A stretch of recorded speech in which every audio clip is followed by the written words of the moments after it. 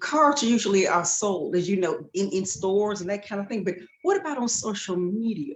How are you actually promoting yourself? You know, on LinkedIn. Let me ask you this. What other social media sites are you promoting yourself, and how are you doing it as opposed to face to face?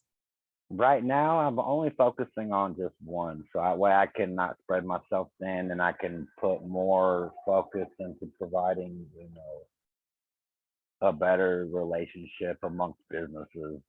Facebook and other platforms, they're more user like towards the users and the consumers, and I'm really focusing towards businesses right now, and because it's where the money's at first off, and I want to establish ourselves in a position where we can help people more on a global level than we can just in our own community. So that's Hmm. kind of where we're moving into with that. And so right now I'm on LinkedIn, but most people just reach out to me, and I end up either customizing something for them specifically tailored to their, what they need, or, they ask me for the cards to put on their shelves. And I found out that I'm more known around the world than I am in my own country. Go figure. I know.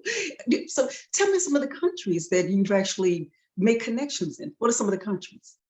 All over, really. You would just have to look at the people we're connected with on LinkedIn, because everybody that's connected with us are all people who know what my children are doing and who are trying to help support what, their dream. And even though they gave up on it, then moved on to other things being so young, they still, I got to show them how to make a dream come true. You got to work at it. You can't give up at it. And so I figured by the time I make it happen for them, and they look back and like, oh wow, it actually happened, I'm gonna be like, yeah, I told you, you got to shoot for the moon. You got to, Yes, for the yeah, you shoot for it. You'd be surprised how many times you hit it, for real. well, okay. What do you have in place right now, Mark, for the future? Is it anything different? You know, you and I even spoke a little bit about that. What do you have? What are you thinking about right now? You and the kids for the future, for the Uh, business. for the business, we're wanting to move into some more humanitarian effort type things. We've reached out and started communicating with Stephen Clark with the RTG group, and working on helping feed 3 million kids this year. Also, there's Rockstar X. This is a new project that's forming for autism awareness, and to help provide, like a sanctuary, like a retreat, to help, autistic children grow.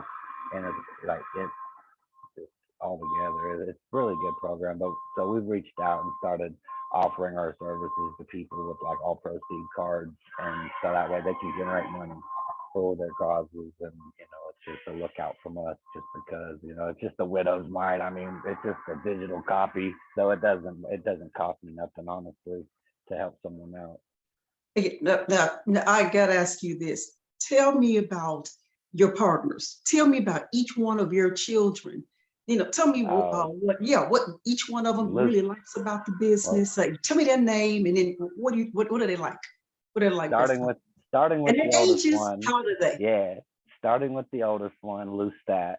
He is like he's our brain. He's an engineer. This kid's amazing. All my kids are amazing, but they're and when it comes to his ability to comprehend things, it's really awesome. And then Riley, he's our comedian. God, he's so funny. He makes you laugh. He's 10.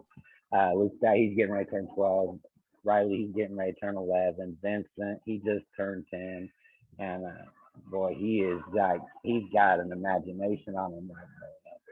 He's like, you could definitely tell, he's going to be the artist eventually. He's been practicing drawing a lot lately. And my 4-year-old daughter, Adeline, she's just a mix of everybody. She's gonna be the glue that holds everybody together. I think, honestly, she's gonna be that gooey stuff. So, and they're my best friends. They're who I choose to hang out with when I can, and I really, You know, and, you and know, and tell me about you. About I know that the cards are not just the only thing that you're gifted in. We spoke earlier because I asked you some other things that, and you said, Marley, I just enjoy a vast number of things. Tell us about you, about your gifts. Yeah, I'm good with writing. I like poetry. I like writing poetry. I Me like too. drawing, obviously. I've learned on LinkedIn, that I actually kind of like for my personal self building people up, team building, things like that. I've learned that I'm actually kind of really good at, and people have pointed it out to me. So it's something I'm wanting to pursue myself personally.